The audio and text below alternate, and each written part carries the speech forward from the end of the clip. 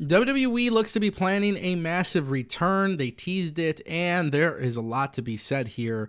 Plus, AJ Styles conflicting reports regarding his injury, and we are going to talk about some leaked WWE SmackDown plans. I'm excited about this one. Ladies and gentlemen, welcome to the Ango Show.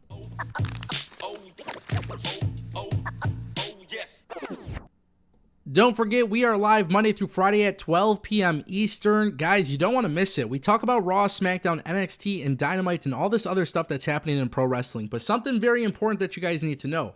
A lot of the stuff that we're talking about in these live streams are literally happening right in front of us. It's unfolding in real time. So you never want to miss out. And of course, we do post the highlights on the More Ango channel. So if you're not subscribed there, go ahead and do so. AJ Styles, tons of conflicting reports regarding AJ Styles. So for those who don't know, he got injured on Friday Night SmackDown, and now over the weekend, there's just been a ton of talk about AJ Styles and his status. So basically, Fightful Select had reported that the injury that took place with AJ Styles was actually a storyline angle, and that Styles is fine. However, Dave Meltzer has come out and reported that Styles' injury on Friday was legit and not a storyline, and he's getting an MRI done to see the severity of it. Sean Ross Sapp claims that people in WWE told him that the flip where he sold his knee was said to be a work. However, the move that he did where he landed on his knee was a legit thing. He doesn't have much of a follow-up besides that, but hopefully we see AJ soon. That was a tweet that Sean Ross Sapp put out today.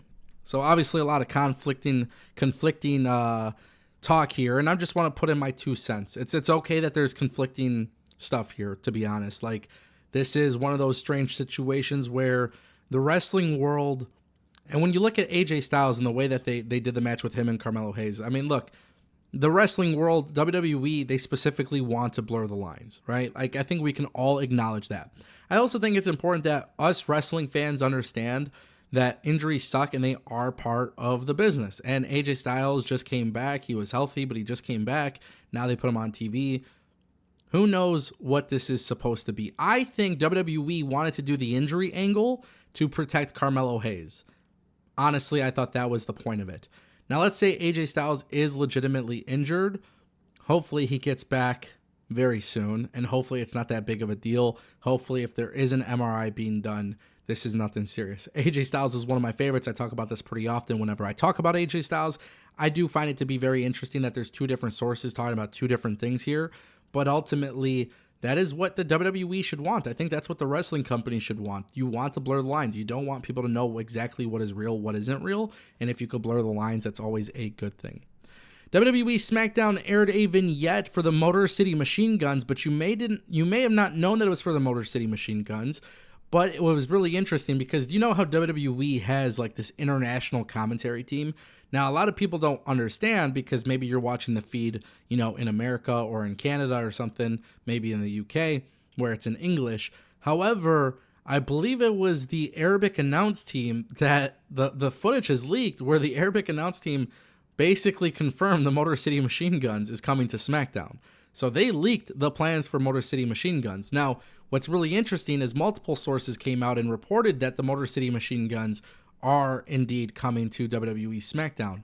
Now, there's been a lot of talks that Motor City Machine Guns was coming to NXT, and that was the belief this entire time.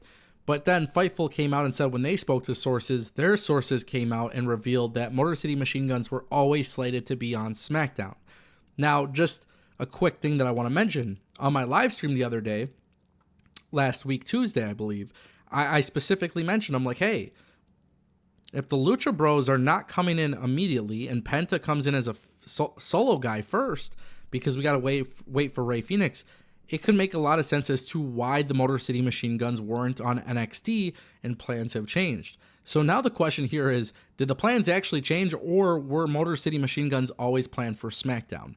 And listen, I'm going to tell you guys exactly how I feel. I've mentioned this a couple times, but I want to elaborate just a little bit. Tag team wrestling in WWE needs to improve. It's not that the wrestlers are bad. It's not the talent. It is honestly, it's a little bit crazy sometimes when I think about this. It's not the talent. It's just the way tag team wrestling is perceived. You know, like we have all these great tag teams, but for some reason there just isn't that much of a focus on it. These tag team matches aren't even being like, these stories aren't even being put onto the pay-per-views. It's just really weird. Like, we got to the point where they split up the tag team divisions and we got these sexy ass belts, but for some reason the booking just does not reflect that. And I'm hoping with Motor City Machine Guns coming in, I'm hoping that WWE gets the wheels in motion for this tag team division, because you have DIY on SmackDown, you got Street Profits, Motor City Machine Guns, GOD. I mean, there is literally so many great things that you can expect here. I don't know how WWE is going to go about it, but I do want to see them actually improve on this, because quite frankly, it's criminal to have this great of a tag team division and then not actually utilize it properly. I think that's actually one of WWE's biggest weaknesses right now across Raw and SmackDown, is that maybe their tag team division doesn't get as much love as everything else, and it's just kind of odd considering how many great tag teams there are. So that is definitely something to pay attention to. But I am glad that Motor City Machine Guns are going to the main roster. I think they're great. It would have been cool to see them in NXT, but put them on the main roster. Let's get that tag team division focused again. And that brings us to Goldberg. Yeah, this is crazy. I didn't actually think WWE could be bringing back Goldberg. There's been a lot of talk about Goldberg in the last year or so, because Goldberg he was just not too happy. He wanted his retirement match with the WWE. And for those who don't know what I'm talking about, Goldberg was promised a retirement match, and Vince McMahon and the WWE and everything changed. Vince McMahon's gone. Triple H is in. Basically, Goldberg wanted a retirement match. Then there was talks that maybe Goldberg was going to go to AEW and potentially get a retirement match. That never came to fruition. Then WWE Bad Blood's in Atlanta. Goldberg's there, invited as a guest. And, they did a segment with him and Gunther. And listen, this is not a popular opinion. I'll talk more about this on my live stream, but I'm okay with Gunther versus Goldberg being a match that the WWE does. Honestly, I'm completely fine with it. I think WWE should do it. Goldberg wants his retirement match. This guy is still in great shape. I know that the point of what I like to watch is guys, young and up-and-comers, being given the opportunity. I don't think WWE should not book this match. I think WWE should book this match, but have Goldberg put Gunther out. Put him over on the way out. That's the way I would do it.